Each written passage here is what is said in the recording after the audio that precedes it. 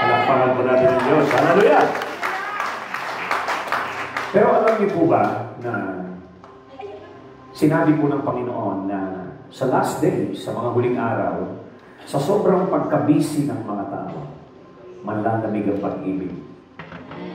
Yung pag-ibig namin sa Kanya ay maraming magnanakaw nito. Marami sa paligid natin na mapopokus tayo doon na akala natin yung pinagpopokusan natin ay masyadong napaka-importante. Ganito po tayo minsan dayain ng kaaway.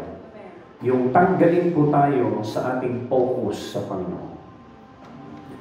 Alam niyo minsan, pag nakikita ng kaaway na ikaw ay nagpo-focus na sa paglago mo kay Lord, guguluhin ka niya. O operan ka niya ng mga bagay sa mundo na pagkakaabalahan. For example, wala namang masama sa pagtatanim, no? Pero bakit sa pagtatanim, consistent tayo, nakapokus tayo? Bakit? Umulan, umaraw, nandyan tayo. Pero bakit pagdating sa church, pagdating sa spiritual, tuwing Sunday nga lang, minsan hindi pa consistent? Alam niyo, sabi ng Panginoon, focus unto Jesus. Look unto Jesus, the author and the finisher of our faith. So makikita po natin na yung spiritual na paglago o kahit anong paglago, kapag ka nawala ng focus, hihinto yung paglago po niya. Yung quality ng ating pagiging Kristiyano bababaw. Kasi hindi mo siya napokusan. Halimbawa, ang mga tinanim mo, hindi mo napokusan, hindi mo inalagaan, hindi mo nalagyan ng mga pataba, hindi mo nalagyan ng, hindi mo talaga nabungkal, hindi mo natanggal yung mga damo. So what will happen? nanakawin ng mga damo yung nutrients. Pagdating mo, bakit ang liit ng bunga nito? Kasi ninakaw ng damo, kasi may tumubong damo, hindi mo binunod. Minsan ganun natin yung spiritual life. Ang kaaway, nagtatanim ng damo para hindi magbunga si Lord sa buhay. So dapat bunutin mo yung mga damo na yun. Are you here? So, makikita po natin na kailangan natin ng matinding focus. Alam niyo po yung mga tiger sa circus, yung mga tiger, bigyan mo nga ng konting tribal. Yung mga, ako na-play yan. Okay. Yung mixer niya. Sa mixer na lang, tanggalan mo ng bass. Wala rin? Okay. Yung mga tiger na pinapalo doon sa circus, nakakita na ba kayo ng gano'n? Yung tumatalon doon sa, mga train yun, train. Pinapasunod sila ng latigo. Pinapasunod sila ng latigo. Pagka yung tiger, magsisimula na siyang mag-focus doon sa kamay ng trainer. Pag nakatingin na siyang gano'n, kasi sasakmalin na yan. Alam ng trainer na nagpo-focus na yung tiger sa latigo. Kasi nasasaktan na yung tiger. Ang gagawin ng trainer, kukuha siya ng upuan na meron 3 paa. Itatapat niya lang sa tiger, mawawala sa focus yung tiger kasi meron 3 paa. So minsan ganun po yung kaaway. Bibigyan ka lang yan ng mga ilang bahagi ng buhay na magiging busy ka. Marami kang titignan. Mawawala ka ngayon sa focus. Kaya si Jesus, di ba, inopera ng Panginoon, inopera ni Satanas, bibigay ko sa iyo yung mundo. Ang dami, no? Dami mong pupukusan sa mundo. Pagpapayaman, pagiging sikat, marami. Di ba? Pero hindi po yun tinignan ng Panginoon. Nagpatuloy siyang tumingin sa ating Diyos Ama at siya ay nagtagumpay hanggang krus. Hallelujah! One of the reason for growth and success is the ability to focus. Sabihin mo sa iyong katabi, huwag mong hayaan na sirain ng diablo ang focus mo. Lalo na sa panahon natin ngayon. Ang daming ibinubulong ng kaaway na parang napaka-importante sa ating paningin pero hindi naman importante kay Lord. Pagkatapos, mahuhukat ka yan. Ubusin ang oras mo hanggang sa mapapansin mo, wala ka ng time para kay Lord. Wala ka ng time para sa spiritual growth mo. Wala ka ng time para i-develop ang relationship mo kay Lord. Why? Ang dami mong pinagpopokusan. Hindi mo sa iyong katabi, mag-focus ka kay Lord. Hallelujah! Palakpakan po natin ang Diyos. Hallelujah! So, ayaw.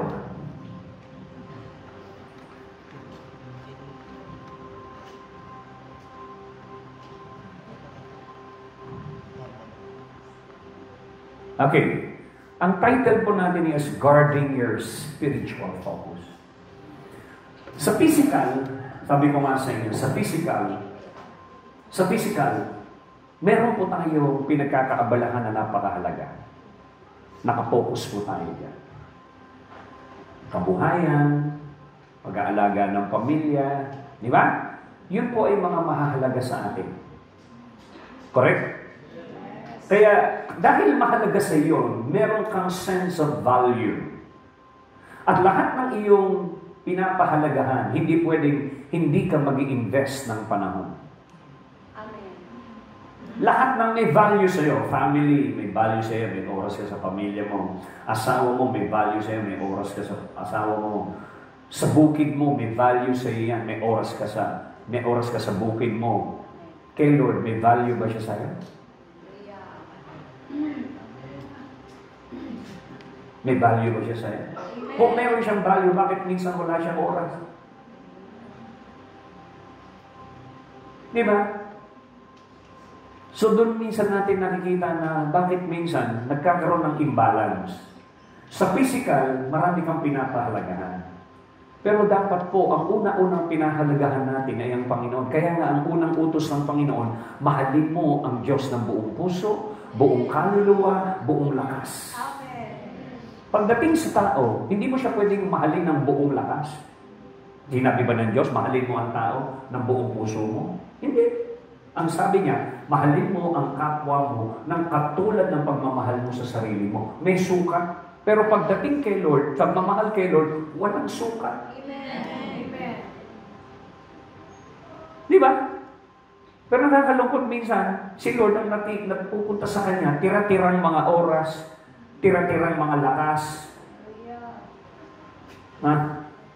Hindi ba nakaka-guilty yun minsan? Tapos, pagdating ng Sunday, gusto natin si Lord, siya pa rin ang mag-minister sa atin. Instead na itong araw na ito ay araw ng appreciation sa Kanya at pasasalamat dahil sa maganda niyang ginawa mula Lunes, Martes, Miyerkules, Huwebes, Biyernes, Sabado. Pagdating ng Linggo, excited tayo purihin siya. Amen.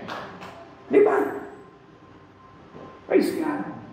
So makikita po natin na ang kaaway, gusto niya talagang sirain ang ating relasyon sa Diyos. Amen. Imagine, butil pa lang si Lord, seed pa lang siya. Gusto nang tukain ng kaaway, nakawin yung seed. Ayaw ng kaaway na lumago yung seed na yun. No. Kaya tingnan po natin. Hallelujah. Ang unang focus na dapat po nating makita, the focus of His presence. Bakit?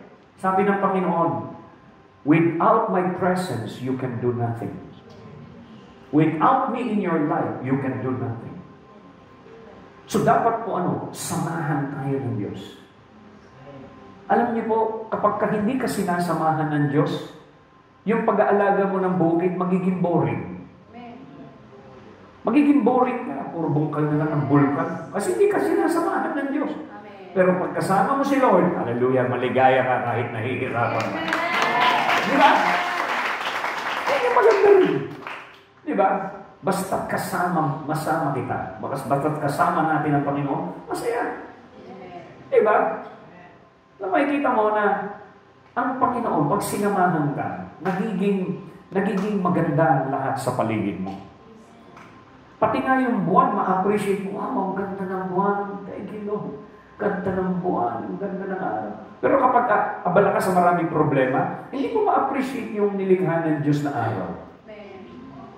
Di ba? Correct. Alam mo, kapag nasa presensya ka ng Panginoon, marami kang ma-appreciate. Pero pagka nawawala ka na sa Kanya, nakapokus ka na lang sa sarili mo, sa problema mo, hindi mo na na-aware o nagiging aware ka sa presensya ng Panginoon. Yung conscious ka sa pagsama niya sa iyo. Ano sabi ni Lord? I will never leave you, I will never forsake you. So inaalagaan mo ba yung consciousness ng presence ng Diyos sa iyo through worship? Through prayer? Minsan conscious lang tayo sa presence ni Lord pag Sunday service. Pero paglabasan na natin ng church, parang wala na si Lord. Dapat kasama natin siya kahit saan. Sumasakay ng jeep, tricycle, nag-aalaga ng mga hayop. Amen? So, yung focus ng presensya ng Diyos, dapat kasama yan. Yan ang unang-una. Conscious ka sa presence ni Lord. Alam ba kung bakit? Kasi pag conscious ka sa presence ni Lord, magiging matapang ka katulad ni David. Kaya mong harapin ang bawat higante ng buhay. Maraming mga higante na kinakalaban tayo. Pero dahil sinasamahan ka ng Diyos, kaya mong talunin ang bawat giant sa buhay mo. Bakit? Kasama mo ang Panginoon. Di ba meron tayong kanta? Kasama natin ang Diyos. Di ba? Di ako natatakot. Di ba? Di ako mangangamba. Bakit? Kasama natin ang Diyos. Tapos yung chorus nun, dumaan man ako sa ilog, di ako malulunod. Anong klaseng ilog yun? Ilog po yun ng difficulties, ilog ng kahirapan. Dumaan man ako sa apoy, di ako masusunog. Anong klaseng apoy? Apoy ng mga pagsubok, hindi tayo bumibigay. Amen. Bakit? Dahil kasama natin ang Diyos. Pansinin po ninyo yung sinabi ni Moses. Sabi ng Panginoon, sabi ni Lord kay Moses, and Moses said to the Lord, if your presence does not go with me, do not carry us from here. Huwag mo na kaming tanggalin dito, O Lord, sa pinalalagyan namin. Kung hindi rin lang sasama ang presensya mo. Binargin ni Moses yan. Pansinin nyo, ano ang sagot ni Lord? And the Lord said, my presence shall go with you, and I will give you rest. Kita ka ninyo yan? Ano epekto? Ano epekto ng pagsama ng presensya ng Diyos? Rest. Na kahit nagtatrabaho ka sa buhay mo, pakiramdam mo, nagpapahinga ka. Nagmi-minister ka sa trabaho ng Diyos, pakiramdam mo, nagpapahinga ka. Hindi ka na-burn out. Bakit? Kasama mo ang presensya ng Diyos. No? Yung presence ng Panginoon ng panahon nila parang cloud. Cloud by day. Nagtatravel sila sa disyerto pero may napakalaking payong ng presensya ng Diyos. Hindi sila naiinitan. Meron pa rin refreshing. Ganun po yung pagsama ng Diyos. Pagdating naman sa gabi, sobrang lamig. Dito nga, malamig na. E paano pa sa disyerto? Masyadong malamig yun. Pero yung ginagawa ng Diyos, yung pillar of cloud, nagiging pillar of fire by night. Binibigyan sila ng init at ilaw sa paglalakbay. Yan po ang nagagawa ng presensya ng Diyos. Higit sa lahat, verse 16, sabi niya, for by what shall it be known that I and your people have found favor in your sight? So paano raw mo malalaman na kami ay merong pabor sa iyo, O Diyos, kung hindi rin lang sasama ang iyong presensya? Alam mo, pag sinasamahan ka ng presensya ng Diyos, ang pabor ng Diyos ay nasa iyo.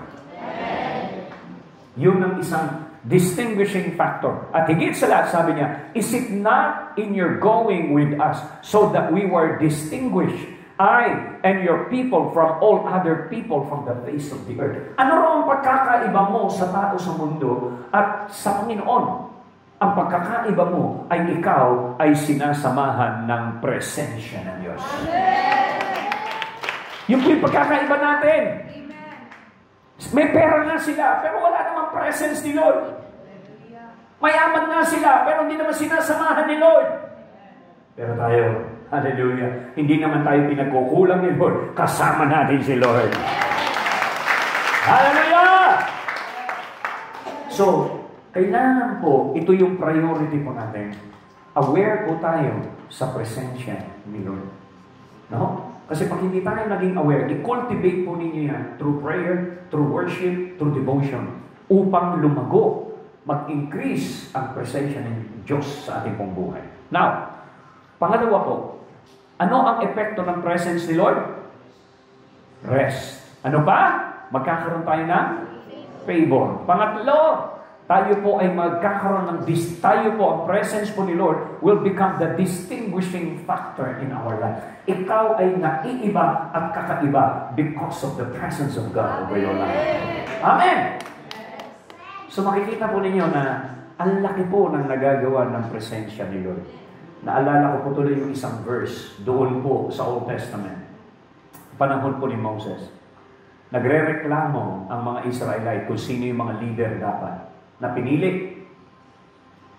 Alam niyo nangyari? Sabi ni Lord, o sige, pakuhanin mo sila ng mga staff nila. Ilagay sa presensya ko. Nung inilatag 24 hours yung tungkod ni Aaron, namunga, nabuhay. Yun yung pinili na mag-lead. So isipin po ninyo, ikaw, magtanim ka nga dyan ng tungkod, tignan mo kung tutubo. Tanim mo sa lupa, diligan mo, lagyan mo ng abono, mamumunga. Di ba hindi? Pero pansin ninyo, yung tungkod na tuyong-tuyo, inilatag 24 hours sa presence, namunga. Paano nangyari yun? Wala naman lupa. Eh, sino ba gumawa ng lupa?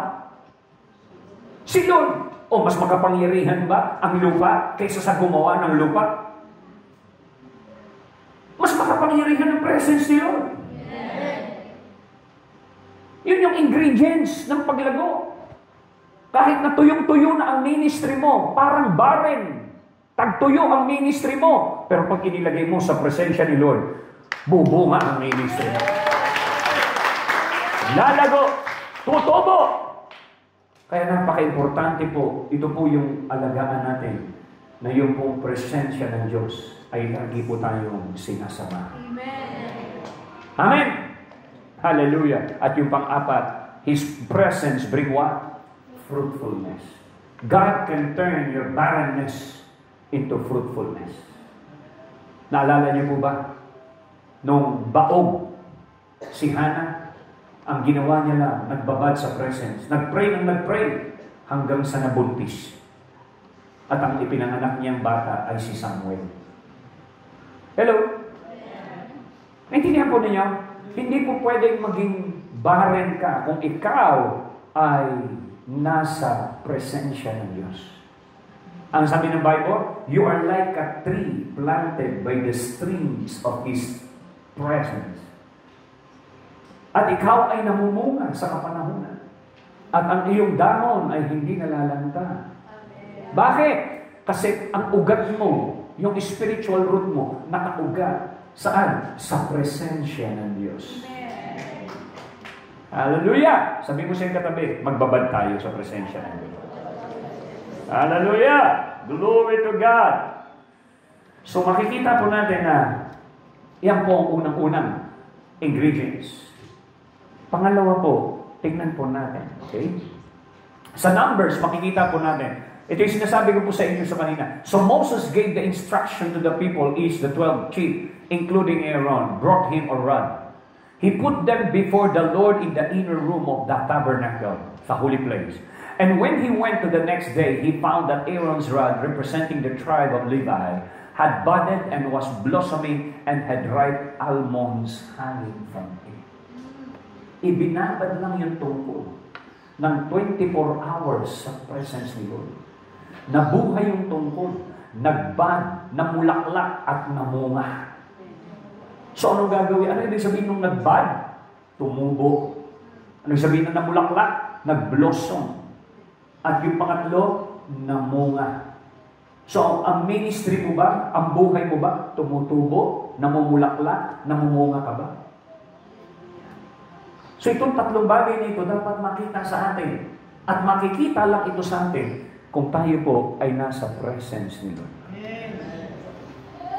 Sabi mo sa iyong katabi, ito yung unang priority mo sa buhay.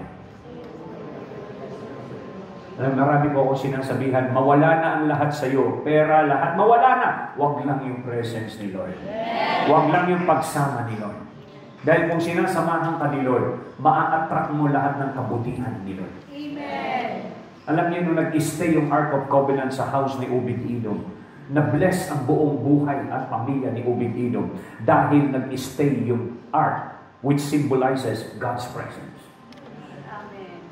Subukan po ninyo yan. Subukan nyo lumayo kay Lord. Subukan nyo wali sa church. Subukan nyo huwag umatin ng Bible study. Subukan nyo lang. Tignan nyo kung ano epekto. Nakita nyo ba epekto? Ano, masarap ba? Mapayapa ba kayo? Hindi ba wala kayong mapayapaan? Magulo buhay. Tapos naalala ninyo, nung nag-a-attend ako ng church, nag-worship ako, di mo na ako pinababayaan ni Lord. Di ba maraming na-realize? Yung prodigal son, na-realize niya yan. Sabi niya, Father, bigay mo sa akin yung mana ko. So mas minahal niya yung mana. Iniwan yung ama. Correct? So mas pinili niya yung ibibigay ni Lord kaysa yung nagbibigay. So tuwang-tuwa siya sa binigay. Di ba? Nilustay niya nang walang kapararakan.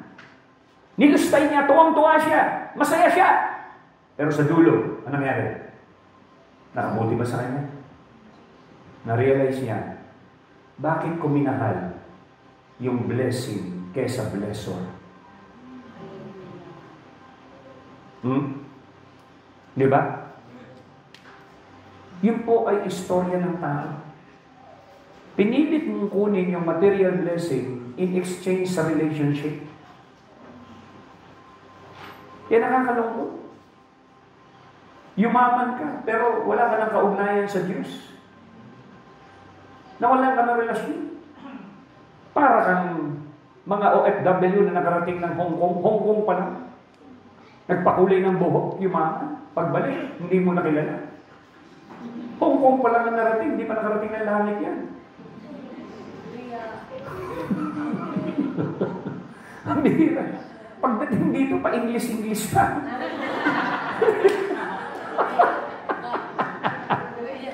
Alam niyo, ang daling mawala. Yung kaluluwa ng tao, ang daling magkaroon ng pride kapag na siya ay na-injection na ng mga material things, tapos nawala siya sa presensya ni Lord. Ang dulo nun, bankruptcy. Ang dulo nun, mababankrupt ka talaga, matutuyo ka talaga, masasaid ka talaga. Kaya sabi ni Moses, dito na lang ako sa presensya mo. Huwag mo na lang kaming galawin. Basta dito lang kami sa presensya mo. Paano nalaman ni Moses yun?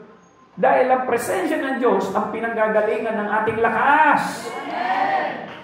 Pero mo, paano mo ginagawa ni Moses? Pagputok pa lang ng araw, 1,000 nakapila sa iyo para magpa-counsel. 1,000, kaya mo yun? Isang araw, kausapin mo isa-isa? Hindi mo magagawa yun. Tapos, gabi na, nagka-counsel pa si Moses. Saan siya kumukuha ng lakas? Ikaw, kaya mo mag-counsel? Pag-gising mo? Siguro pahinga lang ni Moses, ihi. Tsaka kain. Pero paano nagagawa ni Moses yun? It's the presence of God.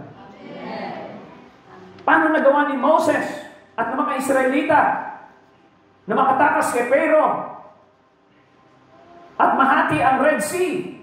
It is because of the presence of God. The rod of Moses, the presence, God's symbol. So makikita po natin na ang Panginoon, sinasabi niya sa atin na susi. Mahalin natin ang presensya ng Diyos kaysa sa lahat ng bagay sa atin. Amen? Okay. So, tingnan po natin yung number 2. The focus of His growth in us. Oo, kasama mo ang Panginoon. Yung presensya ng Diyos kasama mo. Ang tanong naman na yan, lumalago ba siya? Sino rito nagtatanim, nag-e-expect lumago yung kanyang tinanim? Oh, ikaw, nag-e-expect kang lumago yung tinanim mo. Si Lord din, nag-e-expect siyang lumago sa buhay. Naiintindihan mo yung expectation mo doon sa tinanim mong gulay na isang araw aanin ka. Si Lord gusto rin na isang araw aani siya nung itinanim niyang buhay sa iyo. Na isang araw mag-e-evangelize ka, isang araw mag-preach ka, isang araw magtuturo ka, isang araw magba-Bible study ka, isang araw makikita yung kapangyarihan ng Diyos sa iyo na ikaw ay nagpapagaling na may sakit. Hindi lang si Pastor Mark. So ina-expect ni Lord yung kanyang itinanim na buhay sa iyo, maduplicate. Lumago. Hallelujah. Wala nang nag-e-amen. Kasi minsan, ang wali lang natin sa church, makinig lang na makinig, nakaka-bless, nakaka-peace, nakakaroon ng peace. Ang ganda yung sinabi ni Pastor. Ang nakaka-comfort, nakakalago, nakakatatag, nakakapayapa. Alam mo para paglago, yung binhi. Pag inilagay mo yan sa lupa, kung ikaw yung binhi, ikaw halimbawa yung binhi, nilagay ka doon sa ilalim ng lupa, madilim, maliwanag. Madilim. Nung itinanim ka doon, yung binhi, madilim. Correct? Ano meron doon sa lupa?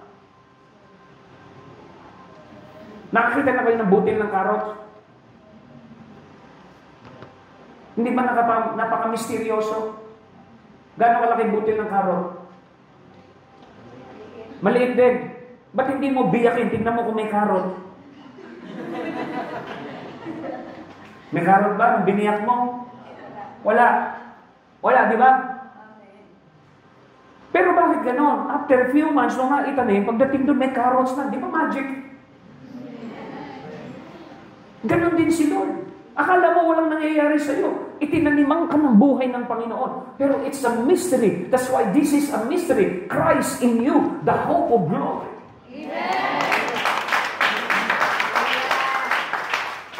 So anong ginagawa mo doon? Madilim doon. Anong ginagawa ng seed? Nagsisimulang mabulok yung kanyang outer shell. Magmo-moist. Di ba? Mabubulok yun. Correct? Pagkatapos mabulukan nun, mababasag yun. Kasi aaraw, magkakaroon ng moist. Yung moist is called anointing. Yun ang ibig sabihin ng anointing. Moist. Hindi siya dry. Pag nananatili yung moist na yun, merong nangyayari dun sa seed. Pagkatapos mabulok, mababasag yung outer shell. Lalabas ang buhay. Pag lumabas yung buhay na yun, unti-unti siyang magdilim. Akala mo madilim pa rin, pero unti-unti siyang lumalaban, umaalis sa kadiliman hanggang siya'y lumagpas sa araw. Diba niyo? At nung lumagpas na siya, anong nangyari? Ginamit niya uli yung surrounding niya. Ang kalaban naman niya ay init. At yung init na yun, ina-absorb niya yung init. Hindi siya nagsisigaw, mainit! Hindi, ina-absorb niya yung init. Sapagkat yung init na yun ay nagiging energy niya para mas lalo pa siyang lumago. Kaya minsan, merong mga init ng problema. Ikaw, angal ka ng angal. Ba't hindi ka magpasalamat dahil ito'y pampalago? Darating ang ulan. Ina-absorb mo yung tubig, lumalago ka na naman. Dumarating ang bagyo, ina-absorb mo yung tubig, ginagamit mo yung bagyo para mas lalo kang lumago. Maraming pollution sa mundo. Kailangan mo ng carbon dioxide. Hindi ka nagre-reklamo sa mga mababahong na amoy mo sa paligid mo. Ini-inhale mo yun sapagkat yun ay ginawa mong pagkain. Lumalago yung halaman. So you see, yun yung kwento ng halaman na kwento rin ng buhay mo. So, bakit ka magre-reklamo sa dilim? Lumalago ka ron. Bakit ka magre-reklamo sa araw? Pampalago mo yun. Bakit magre-reklamo ka sa mga ulan at bagyo ng buhay? Pampalago mo yun hanggang sa ikaw ay mamunga. Sabi mo sa'yo katabi, naintindihan mo? Araw-araw may message si Lord sa'yo habang nagtatanim ka. Klarong-klaro yung message ni Lord sa'yo. Di ba? Para gumanda yung tanim mo, yung ani mo, anong ginagawa mo? Nilalagyan mo ng abono, nilalagyan mo ng fertilizer. Di ba? Ano yung fertilizer? Your devotion. Your prayer. Your worship. Hanggang sa ikaw ay magbunga. Ang sabihin mo sa'yo katabi, imposibleng makalimutan mo yan, nagtatanim ka. Di ba? Posibleng makalimutan mo yan. So, yun ang sinasabi ng Panginoon. So, ano yung pupukusan natin? Yung growth niya. Lumalago ba siya? Minsan nagkukumustahan tayo. Kumusta ka na, Brad? Sabi, mabuti po kami, okay lang po kami. Pero dapat, kumustahin din natin. Kumusta na ang paglago ni Kristo sa iyo? Yun yung medyo ang hirap sagutin. Minsan magkakamot ka na lang sa ulo mo na hindi makati. Di ba? Hindi naman makati ulo, bigla na magkakamot. Kasi mahirap. Hirap sagutin minsan. Bakit? Kasi hindi tayo naging consistent doon sa ating mga devotion and prayer and Word of God na makapagpapalago kay Kristo. Hello? Napakabo natin ng Diyos. Pansinin po ninyo yung sinasabi. Paano tayo lalago? Sabi niya, so then just as you receive Christ, na itanim si Kristo sa iyo as Lord, continue to live in Him. Magpatuloy kang mamuhay sa Kanya. Hindi ka po pwedeng bisitahin ang presensya ng Lord tuwing Sunday lang. Araw-araw, mamuhay ka sa Kanya. Live in Him. Have the roots of your being firmly, deeply planted in Him. Fixed and founded in Him, being continually built up in Him, becoming increasingly more confirmed and established in the faith, just as you were taught, abounding and overflowing in it with thanksgiving. Ang sabi your roots live in Him, firmly, fixed, planted in Him, built up in Him, becoming increasingly more confirmed, established in the faith. Superlative, yung word. Progressive. Hanggang sa yung itinanim sa matabang lupa ay umani ng 30, 60, at 100. Ilang porsyento na ang paglago ni Lord sa iyo? Nasa 30 ka na? Taas yung nasa 30. Taas ang kamay. 30. 30% na si Kristo sa kanya. 60%. Sino may 60% na si Kristo? Kita nyo. Di ba? Yung iba, ang ngiti na lang. Bakit? Kasi ine-expose ng Word of God na nasa na tayo? Nasa na si Kristo sa ating buhay? Nasa bangka mo si Lord. Dumating yung bagyo. Pero si Lord natutulog. So para mapakinabangan mo si Lord, gisingin mo. Gising ba si Lord sa'yo? Para ikuman yung bagyo na manahimik? Dapat gising si Lord sa'yo. Bakit siya natutulog? May ginagawa ka siguro, bakit siya tulog? Dapat lagi siyang gising. Hallelujah. Nung ginising ng mga apostol si Lord sa kanilang bangka, ganun din naman, sa bangka ng ating buhay, dapat si Lord gising. Para lahat ng klase ng bagyo, mapapahinto ni Lord. Amen. Hallelujah! Palakpakan po natin yung Lord. Now, pansinin po ninyo, ano yung tools ng enemy to stop you from growing? May mga materyales ang kaaway. Bakit pinahihinto ka niyang mag-grow? Pansinin po ninyo yung sinabi roon. No? Sa Mark chapter 4:17. And they have no real root. Bakit daw? Bakit daw? Hindi nagbunga? Walang ugat. If you don't have any root, you will have any fruit in the end. Pag wala kang ugat, walang bunga. Tandaan po ninyo yan. Ano sabi niya? They have no real root in themselves, so they endure a little while. Ito yung mga Kristiyano na a little while lang. A little while. Kristiyano sila. Siguro mga isang buwan nasa church. Hindi nagbunga, hindi nakatiis ng mga problema, umalis sa church. Kasi ang pakiramdam niya, pabigat ng church sa akin. Kaya ang tawag sa kanila, mga a little while Christian. Aba?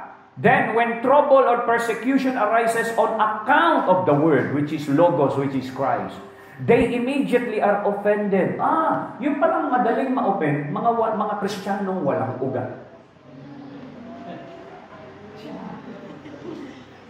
Ano yan? Hindi mo lang makamayan na o-offend. Pastor, hindi ako kinamayan. Matend ako, hindi ako kinamayan. Hindi ako sinundo. Hindi ako sinundo. Habang buhay ka bang susunduin? Pag pupunta ka sa bukid mo, naglalakad ka, ilang kilometro? Sa church? Hindi ka makapaglakad. Kapit-bahay mo lang yung church. Hindi mo malakad. Sino ito gusto pumunta ng langit? Tasan naman. Layo-layo na langit, pupunta mo. Yung church ang lapit-lapit.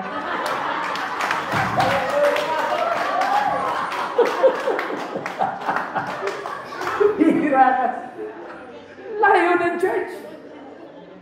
Yung Apollo 11 nga, hanggang bull lang eh. Hindi nga nakarating doon sa langit.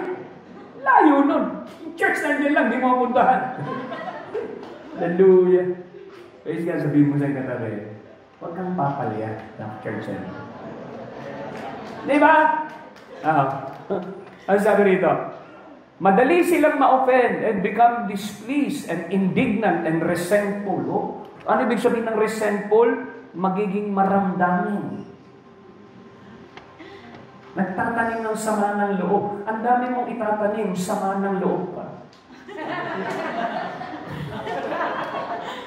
Hallelujah.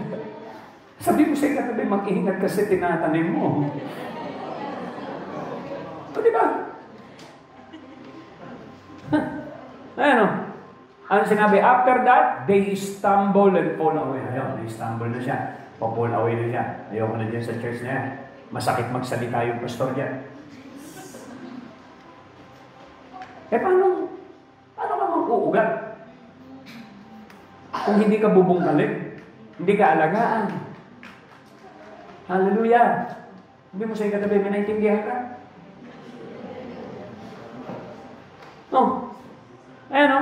They stumble and fall away. Then the cares, alalahanin, anxiety of the world, and the distractions of age, the pleasure and the delight of false glamour, the deceitfulness of riches, and the craving and passionate desire for other things, creep in and choke and suffocate the word. Ano ibig sabihin ng suffocate? Nasakal. Sino? Si Jesus, yung word na nagkatawang tao na inilagay sa puso mo. Bakit siya nasakal? Kasi crowded ang buhay mo ng maraming bagay. Crowded ng problema. Yung problema, ine-entertain si Lord, hindi. Problema, iniiyakan si Lord, hindi. Pero mo may luha ka para sa problema mo. Kay Lord, wala. Hallelujah. So what will happen? Tingnan po ninyo yung tools ng kaaway. Trouble, affliction, pressure sa buhay. Huwag niyong hayaan na ang mga affliction sa mundong ito, ang trouble, ang pressure, ay pumigil sa iyong paglago.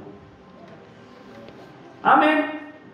Pangalawa, sinabi doon, persecution. Sino rito na persecute dahil si Kristiyano? Yung tinawag ka nga, yung mga buwang agin. Mga buwang agin yan. Ha? Ano yung mga Kristiyano? Mga Kristiyano. Mga burn again. Ha? Ano pa? Gagamitin ng kaaway ang alin? Mga alalahanin sa buhay, anxiety of this life. Tatanungin ko kayo, sino rito nawawala ng alalahanin? Taas ang kamay. Hindi ba lahat tayo araw-araw may alalahanin? Year in, buwan-buwan, araw-araw, lahat yan meron. Di ba? Wala namang bago sa ilalim ng araw. Sabi ni Solomon, lahat, paulit-ulit lang. Yung problema mo ngayon, problema na yan ng unang tao sa'yo. So walang bago. So anong gagawin ng kaaway? Gagamitin niya ang mga alalahanin sa buhay na ito para lamang ikaw ay huwag lumago si Kristo sa buhay mo. Ha? Ano nilalagay sa isang tao pag namamatay? Doon sa kanyang lapida. Anong nakalagay doon? Rest in peace. Bakit? Patay na siya. Bakit? Bakit peaceful na siya? Wala nang alalahanin. Patay na eh. Correct? Gusto mong mawala ng alalahanin?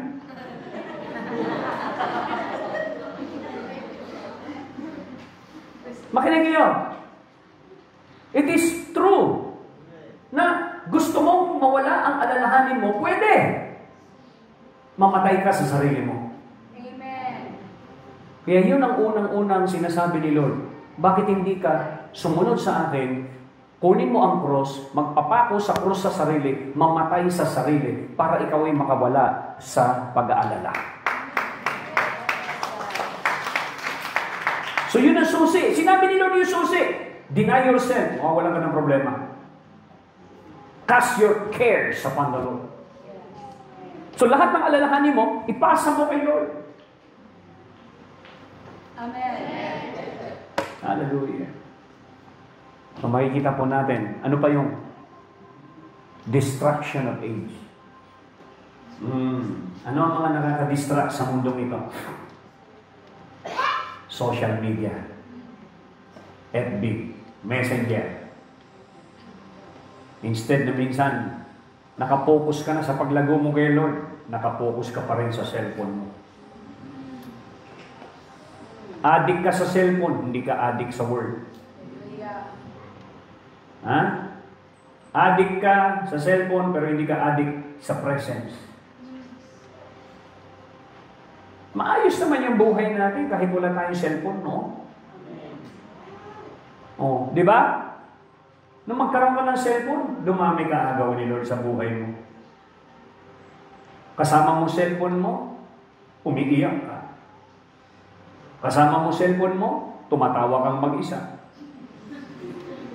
Pero sa presence ni Lord, hindi ka tumatawa. In His presence, there is fullness of joy. Amen. Di ba? Amen. So makikita po natin dito na yung maraming distraction na yan sa buhay na ito ay ginagamit yan ng kaaway para mawala ka sa focus. Tapos magtataka ka, Lord, bakit parang hindi na lumalago ang buhay ko? Ang sagot ni Lord sa iyo, kasi ang dami mong pinagpopokusan. No ba?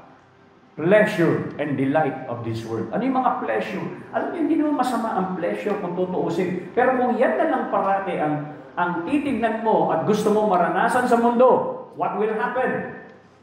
Puro ka na lang larga doon, larga rito, laag dito. Puro ka laag ng laag. Hanggang sa ikaw ay ano? Hindi na lumago. Puro ka na lang kasiyahan. Hello? Puro ka na lang adventure. Makikita po natin yan, ano? Pleasure and delight of this world. What happened? Kapag ikaw ay inalok ng kaaway, magsaya ka. Habang nagsasaya ka, katulad ka rin ng alibughang anak, nagsasaya ka, hindi niya alam, papunta siya sa kahirapan. Hello? Masaya ka physically, pero mahirap ka na spiritually. Hindi mo napapansin, yun ay atake na pala ng kaaway sa'yo. Yung nagbigay ng kayamanan mo, hindi si Lord, yung kaaway, para ikaw ay atakihin. Sabi mo siya kagabi, mag-ingat ka. Ano pa? Deceitfulness of riches.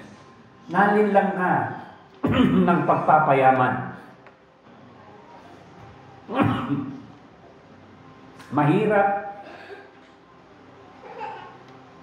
ang isang sitwasyon na kapag ang focus mo yaman na, hindi na si Lord. Sabi mo siya kagabi, huwag ka magpapaloko sa pera. Ano sabi ng Bible? Hindi mo pwedeng pagsilbihan ng Diyos at salapi. You cannot serve God and money. Mamahalin mo yung isa, kamumuhian mo yung isa. It's either you love God or you hate God versus money. Amen? So, siyasatin po natin ang ating puso. Nag-uugat ba si Kristo sa atin? Lumalago ba si Kristo sa atin? Namumunga ba ang buhay ni Kristo sa atin? Makikita po natin. And what? Cravings and passionate desire of what? Masyado kang passionate. Kasama dyan yung cellphone mo, laptop, kung ano-ano pa. Na wala ka ng ibang focus kung hindi yung wala ka ng ibang inisip araw-gabi, cellphone. Sana magkaroon ako ng iPhone. Ang minimeditate mo yung iPhone, day and night. iPhone. Hindi si Lord. Hindi yung word. Bukang bibig mo, iPhone, hindi si Lord. Hallelujah. Ayun ang ibig sabihin na cravings and passionate desire for what? May passion sa earthly things, pero kay Lord wala. Kakalungkot, di ba? Ganito ang mangyayari sa last day.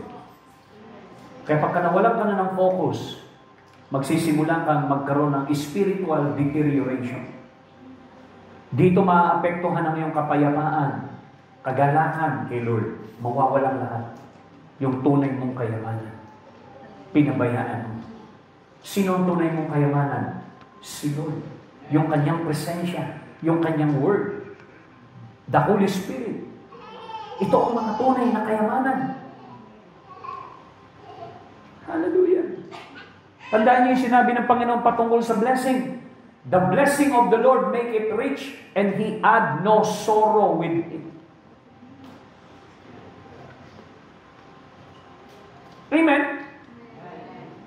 Kaya kang pagpalain ng Panginoon na hindi gagamitin ang iyong human ability.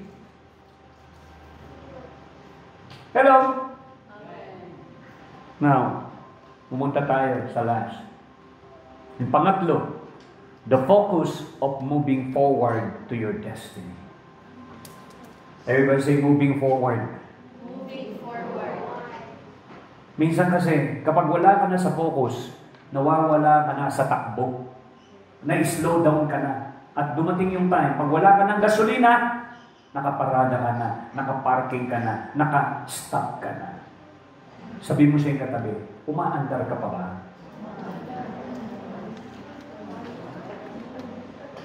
Ha? O stagnant ka na? Hello? Alam mo bakit mayroong mga tao naghihiwalay na mag-asawa? Nung single sila, in love. Nung nanliligaw pa lang, in love. May pa-chocolate pa. May pa-bulak-bulaklak pa. May pa-date-date pa. Mag-uusap sila, saan tayo magkikita? Saan tayo magkikita? Mayroong magkikita, may mga date. Halos buwan-buwan may date. Nung mag-asawa na, na-stagnant yung kanilang romance, na-stagnant yung kanilang date. Wala nang date. Wala na chocolate. Wala na yung sinasabi ng lalaki. Uy, ang ganda-ganda mo. Nawala na yun. Pati yung sinasabi na dapat ng babae. Uy, gwapo-gwapo. Yung gano'n ba yan? Cute-cute mo. Nawala na yung mga words na gano'n. So, hindi na siya nagpo-progress. Hindi na nagpo-progress yung relationship. Tumigil na sa kadedate. Naging tagapag-alaga na lang ng anak. Naging taga-laba. Naging taga-drive ng tricycle. Naging partners, naging taga-tanim na lang. Puro yun na lang ang ginagawa, araw at gabi, hanggang sa lumaki sila. Nakakalimutan na nilang mag-date. Nakakalimutan na nilang i-cultivate. Napalaguin yung kanilang relationship. Kasi, na-stagnant na sila. Yung relationship nila, hindi na progressive. Status na lang sila. Hanggang doon na lang sila. Hanggang sa kumulubot ang kanilang mga balat. Yan na. Hello? Parang ang lalim niyo mag-isip. I-date niyo uli yung asawa niyo. I-date niyo. Di ba? Sabi mo sa iyong katabi, progressive relationship. Alam niyo kung saan niya gustong makilala si Lord? Sabi ni Paul, tagpansin niyo yung sinabi ni Paul, no? I do not consider, brethren, that I have captured and made it my own yet. Ano ibig sabihin nun? Hindi ko sinabing naratnan ko na, nadaanan ko na, o narating ko na ang gusto kong marating. Ang sabi niya, one thing I do, it is my one aspiration. Ano yun? Forgetting what lies behind and straining forward to what lies ahead. Mag-progress. Moving toward your what? Destiny. Saan ka tinatawag ng Panginoon? Saan ka niya gustong dalhin? Ano ang mga pangarap mo para kay Lord? Hanggang dalagit ka lang ba? Ang katabi mo lang dumagit?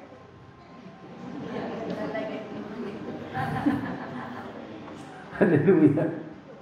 Bakit gano'n? Parehas sa mga spelling. Dalagit. Pagdating sa dumagit. Bakit dumagit yun? Dapat dalagit ito.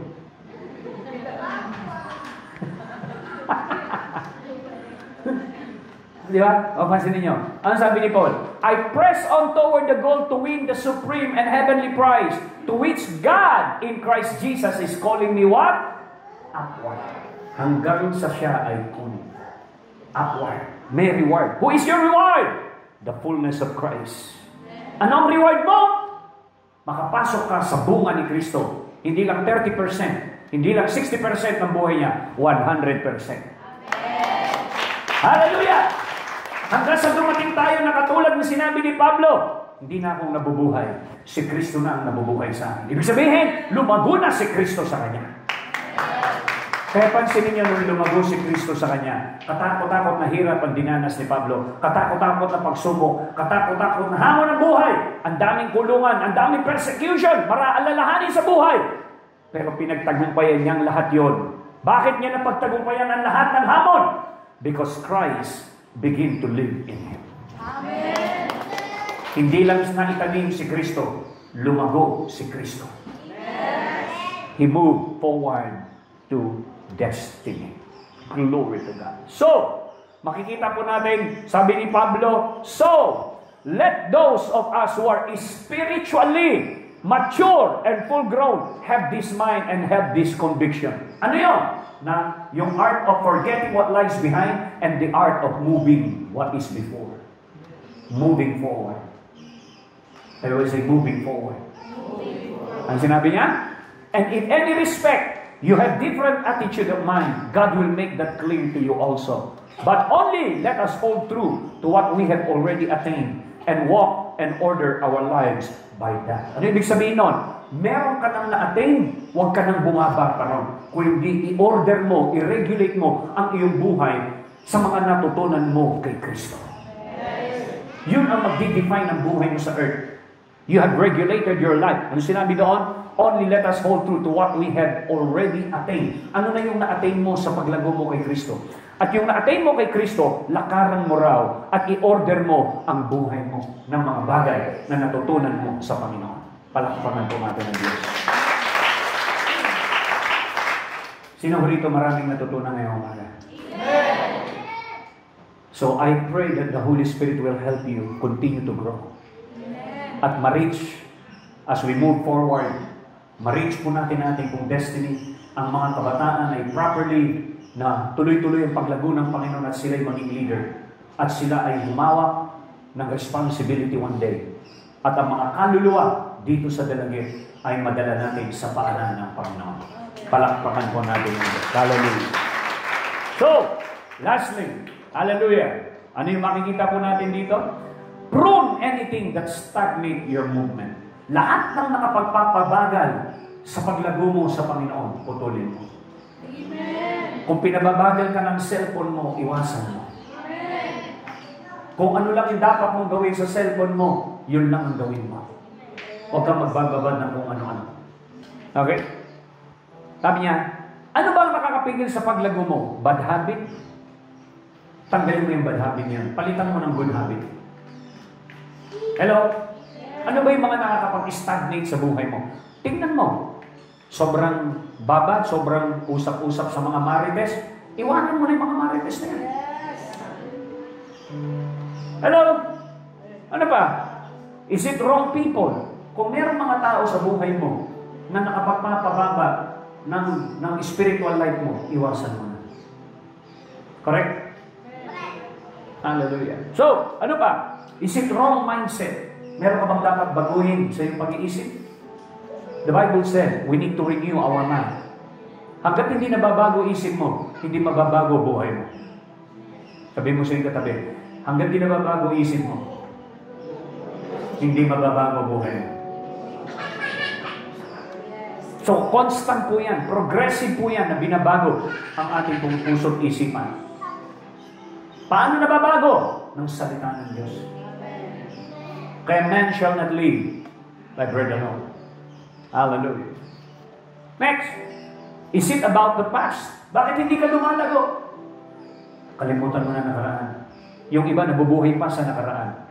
Minsan lumalabas pa sa discussion nila, 5 taon nang nakakaraan. Lumalabas pa sa bibig nila. Hindi mo sa'yo katabi, kalimutan mo na. Move on. Ano yung minsan yung nadidepress? Hindi makalimutan nakaraan. Ba't hindi ka lumalago? Lagi kang tumitingin sa nakaraan. Paano ka makakarating sa destination mo? Nagdadrive ka. Saan ang tingin? Forward, di ba? Meron ba nagdadrive na? Hindi ka makakarating mo, mapapangga ka. Look forward. Move forward. Hanggang sa tayo lahat ay kunin ng Panginoon. Hallelujah. So, hallelujah. Bakit tayo nabe-burn out? Because more things are expiring you than inspiring you. Tignan mo yung mga nakaka-inspire sa iyo. The Word of God is inspired by the Holy Spirit. Ba't hindi yan ang gawin mong kalakasan? Amen. Ano yung mga nakaka-expire sa'yo? Yung umuubos ng iyong lakas. Identify ko yan. Kung panonood ng TV ang nakaka-expire sa'yo, bayang magiliw na, ibig sabihin nun, isara mo na. Hanggang bayang magiliw, pinanonood mo pa rin. Sino naabutan minsan nyo, kapapanood ng TV, biglang kumanta na lang yung bayang magiliw. Di ba? Nagsara na yung istasyon, nandun ka pa. Yung church, nalilate. Yeah. Pagdating naman siya, natatapos na, nagmamadaling umuwi. Bakit di mo nagpunta rito kung nagmamadaling ka umuwi? Bakit hindi ka umupo muna dyan, makipag-usap, makipag-pray sa kapatid mo? Paano tayo lalago sa isa't isa sa relationship natin? Ang dali-dali mong umuwi, ayaw mong umupo na. Mag-usap tayo. Di ba? Pag-pray natin, kasi pamilya tayo ng Diyos. Palaguin din natin yung relationship natin sa church. Praise God. Hallelujah. So, makikita po natin, lahat ng ito ay napakahalaga sa ating focus. Ano yung unang focus? Focus on the present. Number 2, focus on what? The growth of Christ in us. And number 3, focus on what? Moving forward to our destiny. Everybody lift your hands to God right now. Come on. Pray in the Spirit right now. Come on. Hallelujah. Thank you, Jesus. Hallelujah. Sa umagang ito, O Diyos, patawarin mo kami sa aming mga pagkukulang. Patawarin mo kami, Panginoon, na entertain namin, Panginoon, ang salitang quit at ayoko na. Hayaan mo, Panginoon, ibalik mo sa amin ang focus. Maraming pinakikita ang kaaway sa aming buhay upang sirain niya ang aming buhay. But right now, bring back the focus, oh God. Everybody pray in the Spirit right now. Something is happening right now.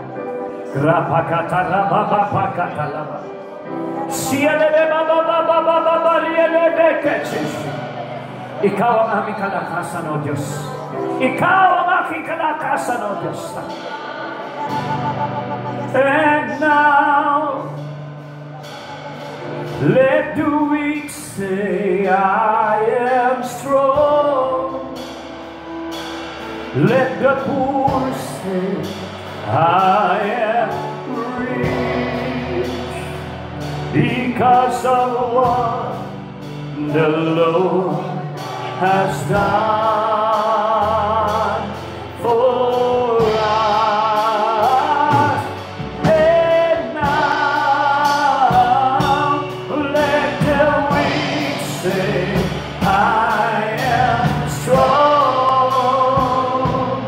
Let the poor say, I am rich. Because of what the Lord has done for us. For the last time. And now, yes, oh God, I am strong. Let the poor say, I am rich. Because of what the Lord has done for us. Give thanks. Lift your hands to God. Sige po, manalangin po kayo. Lord, balik mo ang focus. Tulungan mo akong mag-focus, Holy Spirit. That's right. Sige po. Didedicate namin ang aming sarili. Ipanalangin mo sa Diyos, Lord, tulungan mo lumago si Kristo sa akin. Tulungan mo lumago ako kay Kristo. Oh God, we give ourselves as a living sacrifice, holy and acceptable to you.